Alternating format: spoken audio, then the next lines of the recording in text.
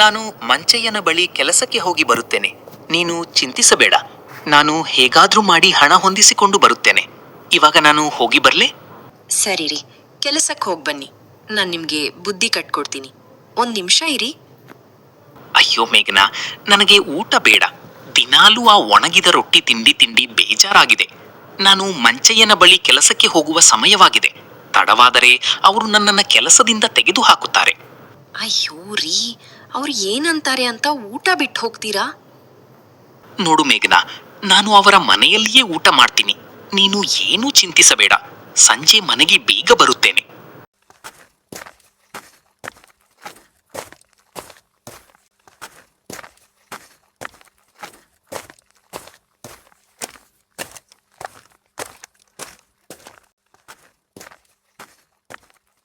ಎಂದು ಹೇಳಿ ಅಂಬರೀಷ ಮಂಚಯ್ಯನ ಮನೆಯ ಬಳಿ ಬರ್ತಾನೆ. ಗೌಡ್ರೆ, ಓ ಗೌಡ್ರೆ, ನಾನು ಕೆಲಸಕ್ಕೆ ಬಂದಿರುವೆ. ಮನೆಯಲ್ಲಿದ್ದೀರಾ? ಗೌಡ್ರೆ, ಗೌಡ್ರೆ. ಅರೆ ಅಂಬರೀಷ, ನಿಧಾನ. ನಾನು ಮನೆಯಲ್ಲಿದ್ದೀನಿ, ಬರ್ತೀನಿ ಇರು. ಸ್ವಲ್ಪ ಸಮಾಧಾನ ಮಾಡ್ಕೊ.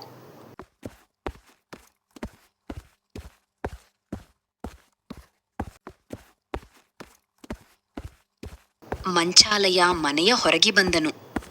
ಅರೆ ಅರೆ ಅಂಬರೀಷ, ಇದೇನ್ ಕೆಲಸದ ಸಮಯ? ನೀನು ಬಂದಿರೋದು ಎಷ್ಟು ಗಂಟೆಗೆ? ಇದೇನಾ ನೀನು ಕೆಲಸಕ್ಕೆ ಬರುವ ಸಮಯ? ಏನ್ ಮಾಡ್ಲಿ ಗೌಡ್ರೆ, ನನ್ನ ಮನೆ ತುಂಬಾ ದೂರ ಇದೆ. ಅಲ್ಲಿಂದ ನಡೆದು ಬರುವುದರ ಹೊಲ್ಗಕ್ಕೆ ತುಂಬಾ ತಡವಾಯಿತು. ನನ್ನ ಕ್ಷಮಿಸಿ. ಇವತ್ತು ಬೇಕಾದರೆ ನಾನು ಸಂಜೆ ಸ್ವಲ್ಪ ತಡವಾಗಿ ಹೋಗ್ತೀನಿ. ಸರಿ ಸರಿ, ಇವತ್ತೊಂದು ದಿವಸ ನಿನ್ನನ್ನು ಕ್ಷಮಿಸ್ತೇನೆ. ಇನ್ನು ಮುಂದೆ ಇದೇ ರೀತಿ ತಡವಾಗಿ ಬಂದರೆ ನಿನ್ನ ನಾನು ಕೆಲಸದಿಂದ ತೆಗೆಯ್ತೇನೆ, ಸರಿನಾ?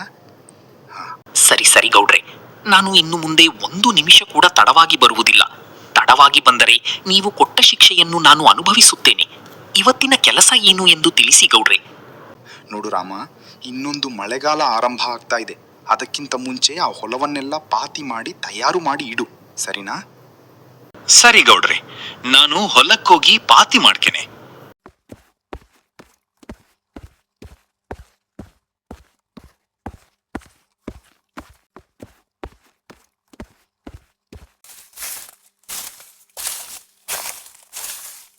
ಎಂದು ಹೇಳಿ ಅಂಬರೀಷ ಹೊಲದ ಬಳಿ ಬಂದನು.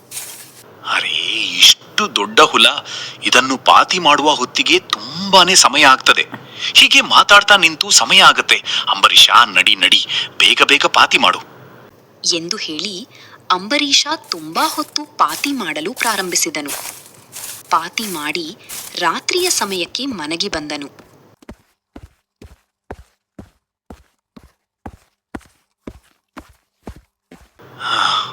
ಅರೇ ಮೇಘನಾ, ನನಗೆ ತುಂಬಾ ಸುಸ್ತಾಗಿದೆ. ಸ್ವಲ್ಪ ಕುಡಿಯುವುದಕ್ಕೆ ನೀರು ಕೊಡುವ? ಹಾ ಸರಿ ರೀ, ತಂದೆ. ನೀವೋಗಿ ಕೈ ತೊಳ್ಕೊಂಡ್ ಬನ್ನಿ, ಊಟನೇ ಮಾಡುವರಂತೆ ಎಂದು ಹೇಳಿದಳು. ಅಂಬರೀಷ ಕೈ ತೊಳೆದುಕೊಂಡು ಬರಲು ಹೊರಗೆ ಹೋದನು.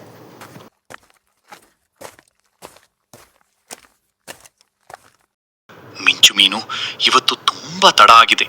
ಬನ್ನಿ, ಊಟ ಮಾಡಿ ಮಲಗಿದಂತೆ ನಾಳೆ ಆಟ ಆಡುವಂತೆ. ಅವರೆಲ್ಲ ಆ ದಿನ ಊಟ ಮಾಡಿ ಮಲಗಿದ್ದರು. ಮಳೆಗಾಲ ಪ್ರಾರಂಭವಾಯಿತು. ಒಂದು ದಿನ ಅಂಬರೀಷ ಕೆಲಸಕ್ಕೆ ಎಂದು ಹೊರಟಿದ್ದನು. ಆವಾಗ ಮೇಘನ, ರೀ, ಇವತ್ತು ಮನೆಯಲ್ಲಿ ತುಂಬಾ ಥಂಡಿ ಇದೆ. ಇಂತಿಂಡಿ ನೀವು ಕೆಲಸಕ್ಕೆ ಹೋಗ್ಲೇಬೇಕಾ? ಮೇಘನಾ, ನಾನು ಹೋಗಲೇಬೇಕು. ಹಣ ಇಲ್ಲ ಅಂದ್ರೆ ಮನೆ ನಡೆಯೋದು ಹೇಗೆ? ರೀ, ಇವಾಗ ಚಳಿಯೆಲ್ಲ ಆರಂಭ ಆಗಿದೆ ಅಲ್ವಾ? ಮನೆಯಲ್ಲಿರುವ ಕಂಬಳಿ ಹರಿದೋಗಿದೆ. ಮೇಘನಾ, ನನಗೆ ತಿಳಿದಿದೆ. ನಾನು ಆ ಗೌಡನ ಬಳಿ ಹಣ ಕೇಳಿ ತೆಗೆದುಕೊಂಡು ಬರುತ್ತೇನೆ. ರೀ, ಆ ಗೌಡ ಸಾಲ ಕೊಡ್ತಾನಾ? ನಾನು ಕೇಳ್ತೀನಿ. ಅವರು ಕೊಟ್ಟರೆ ತಂದು ಕೊಡುತ್ತೇನೆ. ನೀನು ಏನೂ ಯೋಚಿಸಬೇಡ ಎಂದು ಕೇಳಿದಳು. ಅಂಬರೀಷನಿಗೆ ಸ್ವಲ್ಪ ದುಃಖವಾಯಿತು.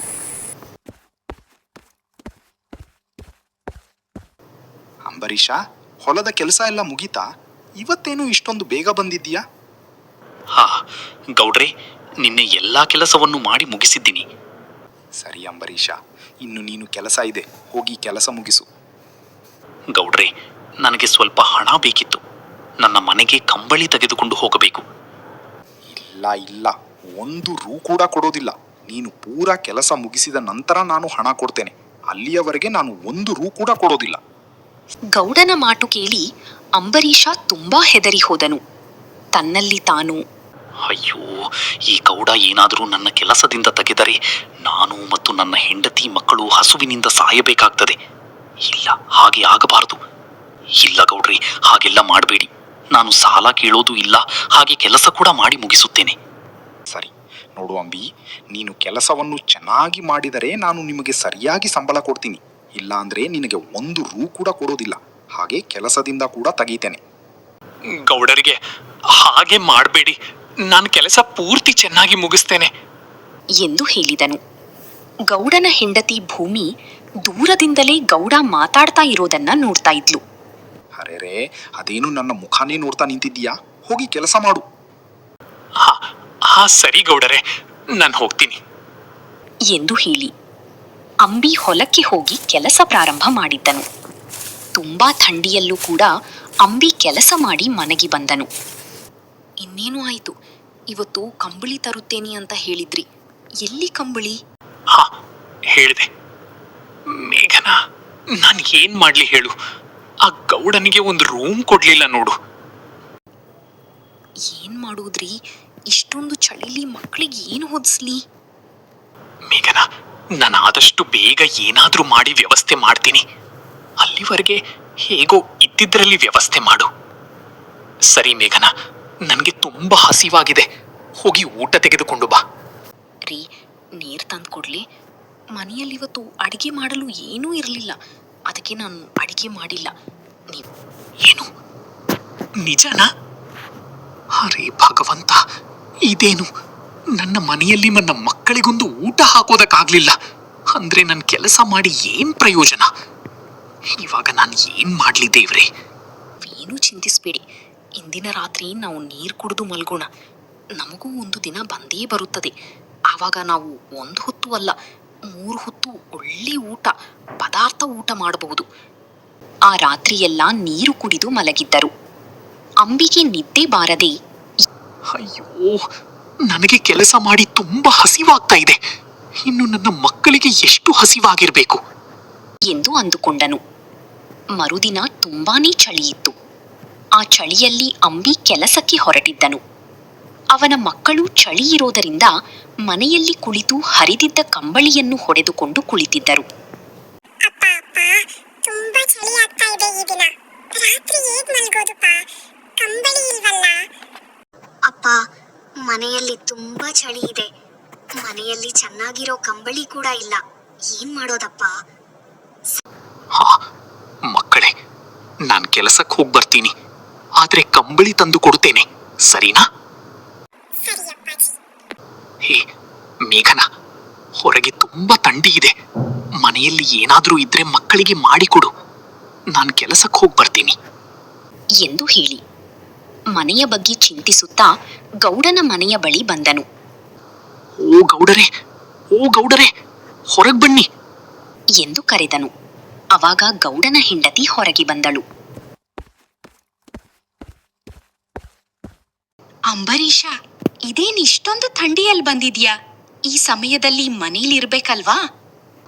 ಹರಿಯಮ್ಮ, ಅದು ಹೊಲದಲ್ಲಿ ಸ್ವಲ್ಪ ಕೆಲಸ ಉಳಿದಿದೆ, ಅದನ್ನು ಮುಗಿಸಿಲ್ಲ ಅಂದ್ರೆ ಗೌಡರು ನನ್ನ ಕೆಲಸದಿಂದ ತೆಗೀತಾರೆ, ಅದಕ್ಕೆ ಬಂದೆ ಎಂದು ಹೇಳಿದನು. ಗೌಡನ ಹೆಂಡತಿ ತುಂಬಾ ಒಳ್ಳೆಯವಳು, ಹಾಗೆ ಗುಣವಂತೆ ಕೂಡ. ಮಾಲಿನಿ ಅಂಬರೀಷನ ಮಾತು ಕೇಳಿ ಅವನಿಗೆ ಹಣ ಕೊಡಲು ತೀರ್ಮಾನಿಸಿದಳು. ಅರೆ ಅಂಬರೀಷ, ನೀನು ಆ ದಿನ ನನ್ನ ಗಂಡನ ಬಳಿ ಹಣ ಕೇಳ್ತಿದ್ದಲ್ಲ, ಅದಕ್ಕೆ ನಾನು ನಿನಗೆ ಹಣ ಕೊಡಲು ತೀರ್ಮಾನ ಮಾಡಿದ್ದೇನೆ. ತೆಗೆದುಕೋ.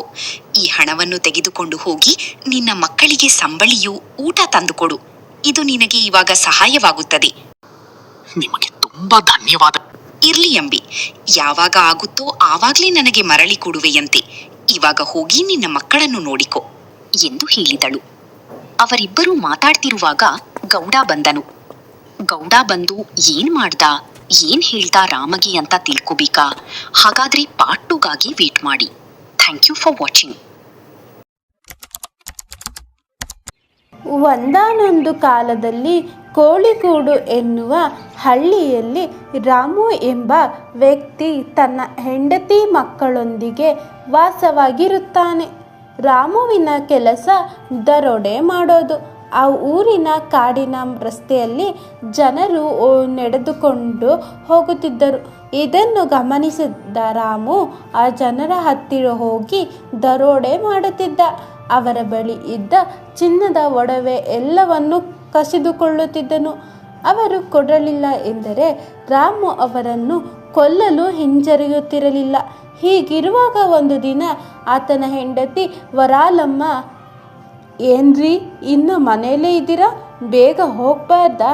ಸಂಜೆ ಸಮಯ ಆದರೆ ಯಾರೂ ಬರೋದಿಲ್ಲ, ದರೋಡೆ ಮಾಡೋಕ್ಕೆ ಆಗೋದಿಲ್ಲ. ಮಧ್ಯಾಹ್ನದ ಸಮಯ ಆದರೆ ಜನರು ಓಡಾಡ್ತಿರ್ತಾರೆ, ಇವಾಗ ಹೋದರೆ ದರೋಡೆ ಮಾಡಬಹುದು. ನನಗೆ ಗೊತ್ತು, ನೀನೇನು ಹೇಳಬೇಕಾಗಿಲ್ಲ. ಮಧ್ಯಾಹ್ನ ಹೋದರೆ ಜನಗಳಿಗೆ ನನ್ನ ಗುರುತು ಗೊತ್ತಾಗಿ ಆ ದಾರಿಯಲ್ಲಿ ಯಾರೂ ಬರೋದೇ ಇಲ್ಲ. ಅದಕ್ಕೆ ಸ್ವಲ್ಪ ತಡವಾಗಿ ಹೋಗೋಣ ಎಂದುಕೊಂಡಿದ್ದೀನಿ. ಅದೇನೋ ಗೊತ್ತಿಲ್ಲ ನನಗೆ. ಅದೇನು ಮಾಡ್ತೀಯೋ ನನಗೆ ಗೊತ್ತಿಲ್ಲ. ನನ್ನ ಕಾಸಿನ ಹಾರ ನನಗೆ ಬೇಕು, ತೆಗೆದುಕೊಂಡು ಬಾ. ಕಾಸಿನ ಹಾರ ಅಂತೀಯಲ್ಲ, ನಾನೇನು ಅದನ್ನು ದುಡ್ಡು ಕೊಟ್ಟು ತೊಗೊಬರ್ತೀನಾ? ದರೋಡೆ ಮಾಡೋಕ್ಕೆ ಅವ್ರು ಹಾಕೋ ಬಂದಿರಬೇಕಲ್ವ. ಸರಿ ಬಿಡು, ಏನೋ ಒಂದು ಮಾಡ್ತೀನಿ ಎಂದು ಹೇಳಿ ಕಾಡಿಗೆ ಹೋಗುತ್ತಾನೆ. ಒಬ್ಬ ಶ್ರೀಮಂತ ವ್ಯಕ್ತಿ ತನ್ನ ಹೆಂಡತಿ ಮಗಳ ಜೊತೆ ಆ ದಾರಿಯಲ್ಲಿ ನಡೆದುಕೊಂಡು ಬರುತ್ತಿದ್ದರು. ಅವರನ್ನು ಮರೆಯಲ್ಲಿ ನಿಂತು ನೋಡುತ್ತಿದ್ದ ರಾಮು ಹೋಗಿ ಅವರ ಬಳಿ ಇರೋ ಚಿನ್ನ, ಹಣ ಎಲ್ಲವನ್ನು ಕಸಿದುಕೊಳ್ಳುತ್ತಾನೆ. ಶ್ರೀಮಂತ ವ್ಯಕ್ತಿಯ ಮಗಳ ಕತ್ತಿನಲ್ಲಿ ಕಾಸಿನ ಹಾರ ಇರೋದನ್ನು ನೋಡಿ ರಾಮು, ನನಗೆ ಆ ಕಾಸಿನ ಹಾರ ಬೇಕು, ಅದನ್ನು ಕೊಡು, ಇಲ್ಲವಾದರೆ ನಾನು ನಿಮ್ಮನ್ನು ಕೊಲ್ಲಲು ಸಿದ್ಧನಾಗಿದ್ದೇನೆ ಎಂದು ಬೆದರಿಸುತ್ತಾನೆ. ಆ ಹುಡುಗಿ, ಇದು ನನ್ನ ಮಾಂಗಲ್ಯ, ಇದನ್ನು ಕೊಡೋದಿಲ್ಲ, ದಯವಿಟ್ಟು ನಮ್ಮನ್ನು ಬಿಟ್ಟು ಬಿಡಿ ಎಂದು ಬೇಡಿಕೊಳ್ಳುತ್ತಾಳೆ. ಆದರೂ ರಾಮು ಬಿಡೋದಿಲ್ಲ. ಅವನ ಬಳಿ ಇರೋ ಚಾಕುವಿನಿಂದ ಶ್ರೀಮಂತ ವ್ಯಕ್ತಿಯನ್ನು ಚುಚ್ಚೇ ಬಿಡುತ್ತಾನೆ. ಅವನ ಪ್ರಾಣ ಹಾರಿ ಹೋಗುತ್ತದೆ. ಇದನ್ನು ನೋಡಿದ ಹೆಂಗಸರು ಭಯಪಟ್ಟು ಅವನಿಗೆ ಆ ಹಾರವನ್ನು ಕೊಟ್ಟು ಅಲ್ಲಿಂದ ಹೊರಟು ಹೋಗುತ್ತಾರೆ. ಮರದ ಮೇಲೆ ಇದನ್ನೆಲ್ಲ ನೋಡುತ್ತಾ ಕುಳಿತಿದ್ದ ಒಂದು ಪ್ರೇತ ತೋಳ, ಮನುಷ್ಯ, ನೀನು ದರೋಡೆ ಮಾಡುತ್ತಿದ್ದೀಯ, ಆ ಹಾರ ನನ್ನದು, ಕೊಟ್ಟು ಬಿಡು. ಎಲೆ ಪ್ರೇತ, ನೀನು ಯಾರು? ನಾನ್ಯಾಕೆ ನಿನಗೆ ಹಾರ ಕೊಡಬೇಕು? ನೀನೊಬ್ಬ ದರೋಡೆಕೋರ, ಪಾಪದ ಜನರ ಬಳಿ ದರೋಡೆ ಮಾಡುತ್ತಿದ್ದೀಯ. ನಿನ್ನ ಪಾಪ ದಿನೇ ದಿನೇ ಹೆಚ್ಚಾಗುತ್ತಿದೆ. ಹಾರ ಕೊಟ್ಟಿಲ್ಲ ಅಂದರೆ ನಾನು ನಿನ್ನ ತಿಂದು ಬಿಡುವೆ. ನನ್ನ ಹೆಂಡತಿ ಕೇಳಿದ್ದಾಳೆ, ಇದನ್ನು ತೆಗೆದುಕೊಂಡು ಹೋಗದಿದ್ರೆ ಅವಳು ನನ್ನನ್ನು ದಂಡಿಸುತ್ತಾಳೆ. ಆ ಪ್ರೇತ ತೋಳ ರಾಮುನ ಒಳ್ಳೆ ಮನುಷ್ಯನಾಗಿ ಮಾಡಲು ಕೆಲವು ಮಾತುಗಳನ್ನು ಹೇಳಿತು. ಇದರಿಂದ ಅವನು ಬದಲಾದ. ನಂತರ ಮನೆಗೆ ಹೋದ. ಅವನ ಹೆಂಡತಿ ವರಾಲಮ್ಮ ಹಾರವನ್ನು ಕೇಳಿದಳು. ರಾಮು ನಡೆದಿದ್ದ ಎಲ್ಲ ವಿಷಯವನ್ನು ಅವಳಿಗೆ ತಿಳಿಸಿದನು. ಆ ಪ್ರೇತ ತೋಳ, ನಾನು ದರೋಡೆ ಮಾಡೋದನ್ನು ಮುಂದುವರಿಸಿದರೆ ತಿಂದು ಬಿಡುವೆ ಎಂದು ಹೇಳಿದೆ ಎಂದು ಹೇಳುತ್ತಾನೆ. ವರಾಲಮ್ಮ ಭಯಗೊಂಡು ರಾಮುಗೆ ದರೋಡೆ ಬಿಟ್ಟು ಒಳ್ಳೆ ಕೆಲಸ ಮಾಡಲು ಹೇಳುತ್ತಾಳೆ. ಆ ದಿನದಿಂದ ರಾಮು ದರೋಡೆ ಬಿಟ್ಟು ಜನರಿಗೆ ಸಹಾಯ ಮಾಡಲು ಪ್ರಾರಂಭಿಸಿದ. ನಾವು ಮಾಡಿದ ಪಾಪವನ್ನು ನಾವೇ ಅನುಭವಿಸಬೇಕು. ಪಾಪ ಮಾಡಿದರೆ ಫಲ ತಕ್ಷಣ ಸಿಗುತ್ತದೆ, ಪುಣ್ಯ ಮಾಡಿದರೆ ಶಾಂತಿ ಸಿಗುತ್ತದೆ. ಪಾಪದಿಂದ ಸಂಪತ್ತು ಸಿಗಬಹುದು, ಆದರೆ ಪುಣ್ಯದಿಂದ ಸಂತೋಷ ಸಿಗುತ್ತದೆ.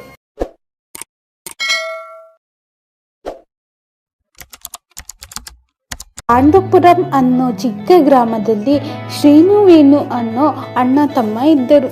ಅವರು ಒಂದು ಸಣ್ಣ ವಿಷಯದಿಂದ ಅವರು ಜಗಳ ಮಾಡಿಕೊಂಡು ದೂರ ಆದರು. ಶ್ರೀನು ತನ್ನ ಹೆಂಡತಿ ಜೊತೆ ವಾಸವಾಗಿದ್ದನು. ವೇಣು ತನ್ನ ಹೆಂಡತಿ ಅನುಪಮ ಜೊತೆ ಬೇರೆ ಮನೆಯಲ್ಲಿ ವಾಸ ಮಾಡುತ್ತಿದ್ದನು.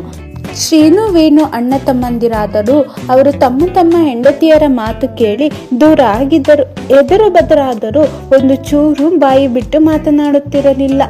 ಆದರೂ ಅವರಿಬ್ಬರಿಗೂ ಒಬ್ಬರ ಮೇಲೆ ಒಬ್ಬರಿಗೆ ತುಂಬ ಪ್ರೀತಿ ಇತ್ತು. ಶ್ರೀನು ಮನೆಗೆ ಅವರ ಅಮ್ಮ ಬಂದಿದ್ದರು. ಶ್ರೀನುವಿನ ತಾಯಿ ಒಂದು ವಾರ ಒಬ್ಬೊಬ್ಬರ ಮನೆಯಲ್ಲಿ ಇರುತ್ತಿದ್ದರು. ಒಂದು ದಿನ ಶ್ರೀನು ತನ್ನ ಹೆಂಡತಿ ದೇವಿಕಾ ಜೊತೆ ಮಾತನಾಡುತ್ತಿರುವಾಗ ಒಂದು ಪುಟ್ಟ ಹುಡುಗಿ ಶ್ರೀನುವಿನ ಮನೆಯ ಮುಂದೆ ಬಂದು ನಿಂತಳು. ಅದನ್ನು ಗಮನಿಸಿದ ಶ್ರೀನು ಆಚೆ ಹೋಗಿ ನೋಡಿದ. ಆ ಪುಟ್ಟ ಹುಡುಗಿಯ ಹತ್ತಿರ ಹೋಗಿ, ಪುಟ್ಟ, ನೀನು ಯಾರು? ನಿಮ್ಮ ಅಪ್ಪ ಅಮ್ಮ ಎಲ್ಲಿ? ಒಬ್ಬಳೆ ನಿಂತಿದ್ದೀಯಲ್ಲ? ಅಂಕಲ್, ನನ್ನ ಅಪ್ಪ ಅಮ್ಮನ ಕೈಯಿಂದ ತಪ್ಪಿಸಿಕೊಂಡಿದ್ದೀನಿ. ಅವರು ಎಷ್ಟೇ ಹುಡುಕಿದರೂ ಅವರು ಸಿಗುತ್ತಿಲ್ಲ. ನಾನು ದಾರಿ ತಪ್ಪಿ ತುಂಬ ಹಸಿವಾಗಿದೆ, ತಿನ್ನಲು ಏನಾದರೂ ಕೊಡಿ ಎಂದು ಕೇಳಿದಳು. ಶ್ರೀನುಗೆ ಆ ಪುಟ್ಟಿ ತನ್ನ ಅಣ್ಣನ ಮಗಳು ಎಂದು ತಿಳಿದಿರಲಿಲ್ಲ. ಶ್ರೀನು ತಾಯಿ ತನ್ನ ಮಕ್ಕಳನ್ನು ಒಂದು ಮಾಡಲು ಆ ಪುಟ್ಟ ಹುಡುಗಿಯನ್ನು ಜೊತೆ ಸೇರಿ ನಾಟಕ ಮಾಡುತ್ತಿದ್ದಳು. ಶ್ರೀನು ಆ ಪುಟ್ಟ ಹುಡುಗಿಯನ್ನು ಮನೆಗೆ ಕರೆದುಕೊಂಡು ಹೋಗಿ ತಿನ್ನಲು ಆಹಾರ ಕೊಟ್ಟು ಆ ಹುಡುಗಿಯ ಜೊತೆ ಆಟವಾಡುತ್ತಿದ್ದನು. ಇತ್ತ ವೀಣು ತನ್ನ ಮಗಳು ಕಾಣಿಸುತ್ತಿಲ್ಲವೆಂದು ಎಲ್ಲ ಕಡೆ ಹುಡುಕುತ್ತಾ ಇದ್ದರು. ಅವರು ಎಷ್ಟೇ ಹುಡುಕಿದರೂ ಅವರಿಗೆ ಆ ಪುಟ್ಟಿ ಸಿಗಲಿಲ್ಲ.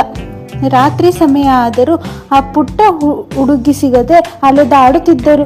ಮರುದಿನ ಬೆಳಗ್ಗೆ ಶ್ರೀನು ಗದ್ದೆಯಲ್ಲಿ ಕೆಲಸಕ್ಕೆ ಎಂದು ಹೋಗುತ್ತಿರುವಾಗ ವೀಣು ಅಳುತ್ತಾ ಸುಸ್ತಾಗಿ ಕುಳಿತಿದ್ದನು. ಅದನ್ನು ಕಂಡ ಶ್ರೀನು ಹೋಗಿ ತನ್ನ ಅಣ್ಣ ಅತ್ತಿಗೆಗೆ ಕೇಳಿದನು, ತಮ್ಮ, ನನ್ನ ಮಗಳು ನಿನ್ನೆಯಿಂದ ಹುಡುಕಿ ಸುಸ್ತಾಗಿ ಕುಳಿತಿದ್ದೇವೆ. ಅಣ್ಣ, ನಿನ್ನ ಒಬ್ಬಳು ಮಗಳಿದ್ದಾಳಾ? ಎಲ್ಲಿ ಹೋಗಿದ್ದಾಳೆ ಅವಳು? ಹೋ ತಮ್ಮ, ನನ್ನ ಮಗಳು ಪರಿ. ನಿನ್ನೆ ನಾವು ಪೇಟೆಗೆ ಹೋಗಿ ಬರುವಾಗ ಅವಳು ಎಲ್ಲೋ ಕಳೆದೋಗಿದ್ದಾಳೆ. ದಯವಿಟ್ಟು ಹುಡ್ಕೊಡು ತಮ್ಮ. ಶ್ರೀನು, ದಯವಿಟ್ಟು ಹುಡುಕಿ ಕೊಡು ಶ್ರೀನು ಎಂದು ವೀಣು ಮತ್ತು ಅವನ ಹೆಂಡತಿ ಅನುಪಮ ಶ್ರೀನು ಬಳಿ ಕೇಳಿಕೊಂಡರು. ನಂತರ ಶ್ರೀನು ತಾನು ಹುಡುಕಿ ಕೊಡುತ್ತೇನೆ ಎಂದು ಹೇಳಿ ತನ್ನ ಮನೆಗೆ ಕರೆದುಕೊಂಡು ಹೋದನು. ಆಗ ಅಲ್ಲಿ ತನ್ನ ಮಗಳನ್ನು ಕಂಡು ಖುಷಿಯಾದರು. ಶ್ರೀನು ಬಳಿ ತನ್ನ ಮಗಳು ಇಲ್ಲಿಗೆ ಹೇಗೆ ಬಂದಳು ಎಂದು ಕೇಳಿದನು. ಶ್ರೀನು ನಡೆದ ಘಟನೆಯನ್ನೆಲ್ಲ ತಿಳಿಸಿದನು. ಶ್ರೀನು ವೀಣು ಅಮ್ಮ ಇದೆಲ್ಲ ಅವರನ್ನು ಒಂದು ಮಾಡಲು ಮಾಡಿದ ಉಪಾಯ ಎಂದು ತಿಳಿಸಿದರು. ಶ್ರೀನು ವೀಣು ಮತ್ತು ಅವರ ಹೆಂಡತಿಯರು ಮುನಿಸು, ಜಗಳ, ಕೋಪ, ದ್ವೇಷ ಎಲ್ಲವನ್ನು ಬಿಟ್ಟು ಒಂದಾಗಿ ಬದುಕತೊಡಗಿದರು. ಕುಟುಂಬ ಅನ್ನೋದು ಮನೆಯಲ್ಲಿರುವ ಜನರ ಗುಂಪಲ್ಲ, ನಮ್ಮ ನಗುವಿಗೆ ಕಾರಣ ಹುಡುಕುವವರು, ನಮ್ಮ ಕಣ್ಣೀರಿನ ಹಿಂದೆ ನಿಂತು ಬೆಂಬಲ ನೀಡುವವರು. ಕುಟುಂಬ ಮಾತ್ರ ಯಾವ ಸ್ಥಿತಿಯಲ್ಲೂ ಕೈ ಬಿಡದೆ ಬಲವಾಗಿ ನಿಂತಿರುವ ನೆರಳು. ಈ ಲೋಕದಲ್ಲಿ ಕಳೆದುಕೊಂಡರೂ ಸಿಗುವುದಿಲ್ಲ ಅತ್ಯಂತ ಅಮೂಲ್ಯವಾದ ಒಡನಾಟ ಕುಟುಂಬ. ಇದು ಇಂದಿನ ಕತೆ. ಈ ಕತೆ ನಿಮಗೆ ಇಷ್ಟ ಆಗಿದ್ದರೆ ಲೈಕ್ ಮಾಡಿ, ಶೇರ್ ಮಾಡಿ, ಸಬ್ಸ್ಕ್ರೈಬ್ ಮಾಡೋದು ಮರಿಬೇಡಿ. ನಾಳೆ ಸಿಗೋಣ. ಬಾಯ್.